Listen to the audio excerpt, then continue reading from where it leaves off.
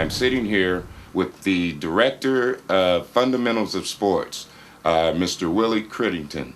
How you doing? That's fine. Thank you, Mr. Clifford, for coming by. All right, so tell me a little bit about the fundamentals of sports, a little bit about you, Okay. and start wherever you want. My name is Willie Crittendon, as Mr. Clifford says. I'm the director. I guess the best way to get started at this is that I have been very blessed through sports to be able to go a lot of places and do a lot of things that normally I wouldn't have been able to do. Okay. Sports has opened up a lot of doors for me, and I feel like I'm having the opportunity to give back. That's the whole purpose. I used to be the head football coach at Berkeley High School, and one of the things I've found now that kids like sports, but they didn't understand the theory about being a student athlete. They wanted to play sports, but they didn't realize that the most important things was academics. And we had a problem with me being from the old school because I knew at any time, as you, Mr. Clifford, know, each play can be the last play you ever play. That's correct. So I wanted to instill in some young people that it's a good way to get a good education and still enjoy the things that you enjoy, but it must be put in the right perspective. I see. After some health problems, I left Berkeley and got with a great bunch of people, and we started the program called Fundamentals of Sports. And over the years, the last 15 years, we've been blessed to put over 100 kids in the college by using their academics and athletics as a way for them to enter and complete their college education. That's beautiful. That's beautiful. So where do you see it going in the future? I'm hoping that by we becoming a little bit more known now, and we're blessed to have people like yourself to come in and help us publicize it more, that it will be taken to the next level where we can get some funding to get in a structure to run a very, very organized after-school program. And we try to make sure we get our kids very young. We try to get them at 7 or 8 years old. So we can instill in them that in order for them to participate in our program, the biggest portion of the qualification is academics. If their academics continue to improve, we help them improve with their athletics. And this is why those two working together has been very fruitful about getting a scholarship. That's a beautiful thing. That's what we do. That's a beautiful thing. Tell me a little bit about your academic background. I'm from Alabama originally. And your athletic background as well. I'm from Alabama originally, class of 1964. Okay. Upon there, I went to came out to California to go to Taft Junior College, as you know, down by Bakersfield. Did very well there.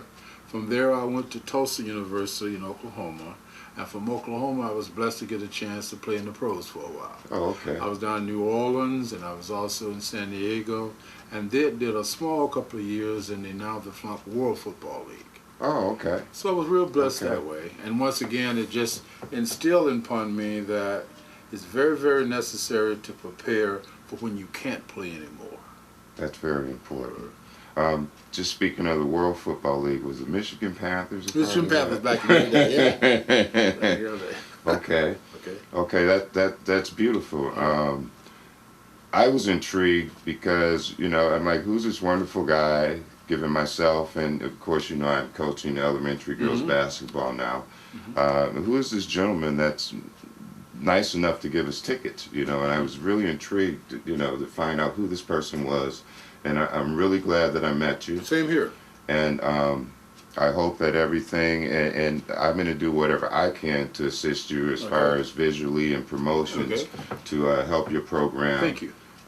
Succeed. Okay. Mr. Clifford, what's very, very important is that there are a lot of children who don't have the image or the role model that's necessary.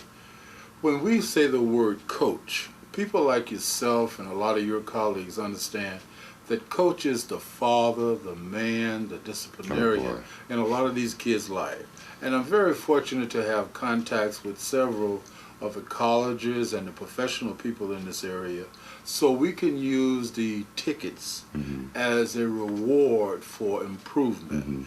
If they go to class, if their grades improve, if their attitude is constantly being more productive. People like yourself, Mr. Clifford, get in contact with me and let me know of the young people who should be rewarded this way. Okay. So we take them to the games under your supervision to let them see there is a world outside of the world you normally deal with. Mm-hmm. But what people like you help me to get them to understand is, in order to be successful, sacrifices have to be made. Mm-hmm. So if they go to class, if they continue to do well, we reward them by these events. But we do not want them to think that the event and the reward is totally based on athletics and how good they are. They're mostly grounded in the fact of how much improvement they're making. And people like you make this possible. Well, thank you. That's very important. In fact, just listening to you talk, I grew up in Flint, Michigan, and at the time, my mother was a single mother with 5 boys. Sure. 5 knucklehead boys. Sure. And she had to find something to do, so no one would take all of us. They would take 1 or 2. It was too many of us. So this gentleman, he was involved in Big Brother, and he said, I'll take them all. Sure.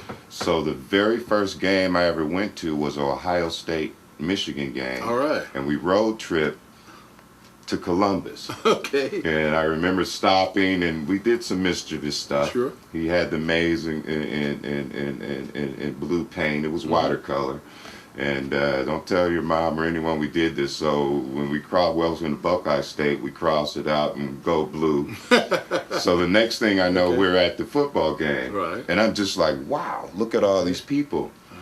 I want to play. And I was just, my whole thing was, you know, growing up in Michigan, either you're going to work in the factory, and that was pretty much it. True. There was no home economics, no arts, no nothing.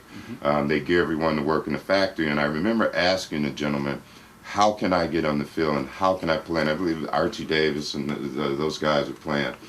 And he said, you got to go to school and keep the grades up. That's key. And you know, it's amazing how, regardless of the geographics or regardless of the race agenda of the person who instilled this in you and I, they were people who were concerned with the fact, let me show you down the road. Let me show you what you can have. That where you are is not the start of the ending of the world, but it's just a place that we will go far from here. The gentleman who took you to the ball game is now you, Clifford. The kids that you're taking to the ball game will one day take some kids.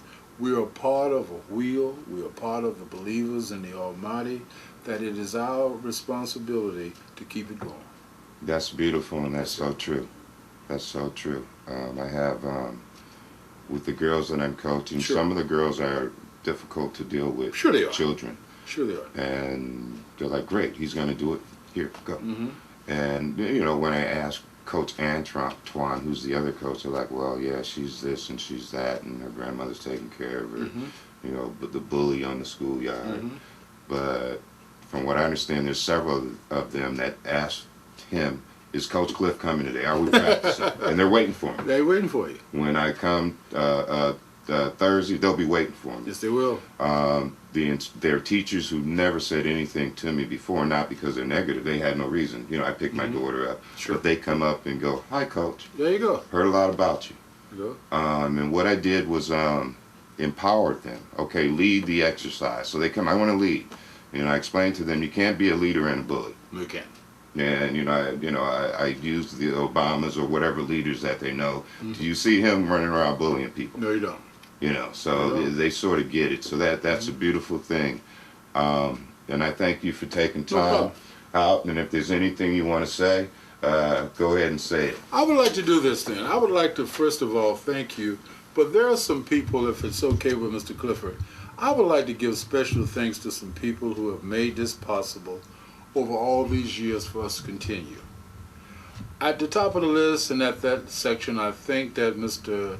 Bo and Nancy Kinlock, Mr. Dave and Muriel Kears, Mr. Sunsel and Veronica Bunsky, Mr. Wayne and Kay Lyons, Neil Dickman, Richard Guspert, and a lot of other good people, and especially Mr. Richard Brophy and Patrice Yo.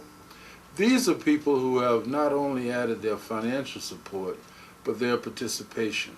They would take a young person who desires to be in the area that they would like to one day work in to show them what the requirements are going to be in that area. And people like yourself, Mr. Clifford, you're not alone.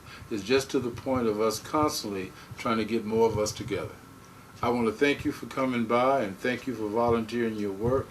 And I'm going to let all of those in our program know about you and what you're doing. So we teach one thing to our young people. The people you ask for help, offer your help to them without them asking. Thank you very much, Mr. Clifford.